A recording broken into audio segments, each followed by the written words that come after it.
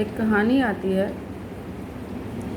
एक मध्यम परिवार के लड़के को 10वीं की परीक्षा में 90% अंक मिले। अब पिता ने मार्कशीट देखकर खुशी खुशी अपनी पत्नी से कहा कि आज मीठा दलिया बना लीजिए, स्कूल की परीक्षा में आपके पुत्र के 90% अंक आए हैं। माँ किचन से दौड़ती हुई आई और बोली, मुझे भी बताइए, मैं भी देखती हूँ। इस बीच लड़का फटाक से बोला, पापा उसे कहाँ रिजल्ट दिखा रहे हैं, क्या वह पढ़ लिख सकती है, वह तो अनपढ़ है। यह सुनकर उसकी माँ की आंखों में आंसू आ गए और वह दलिया बनाने रसोई में चली गई और उस लड़के की यह बात उसके पिता ने सुन ली। फिर उन्होंने लड़के की कही हुई बात में अपनी बातों को जोड़ा और कहा कि हाँ बेटा, ये तो बिल्कुल सच है। जब तू घर में था ना, उसको दूध बिल्कुल पसंद नहीं था, लेकिन तुझे स्वस्थ बनाने के लिए उसके 9 के 9 महीने उसने दूध पिया।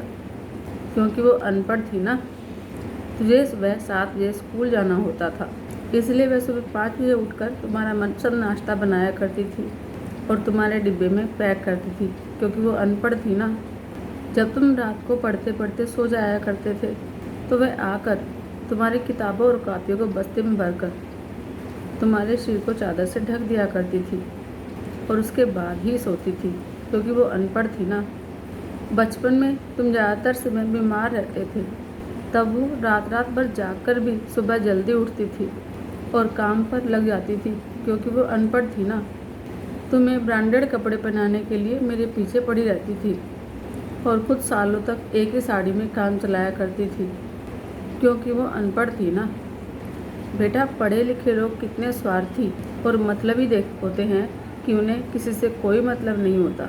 वे तो सिर्फ अपना स्वार्थ और अपना मतलब देखते हैं और पल्ला झाड़ लेते हैं। लेकिन तेरी माँ में मैंने आज तक स्वार्थ नहीं देखा। क्योंकि वो अनपढ़ थी ना, वो खाना बनाकर और हमें परोसकर खुद कभी कभी खाना भूल जाया करती थी। इसलिए मुझे गर्व है तेरी माँ पर कि वह अनपढ़ है। यह सुनकर वह लड़का रोते रोते और लिपट कर अपनी माँ से बोलता है, माँ, मुझे तो परीक्षा में 90% अंक मिले हैं, लेकिन मेरे जीवन को 100% बनाने वाली आप पहली शिक्षक हैं। माँ, मुझे आज 90% अंक मिले हैं, फिर भी मैं अनपढ़ हूँ, अशिक्षित हूँ और आपके पास PhD से ऊपर की डिग्री है।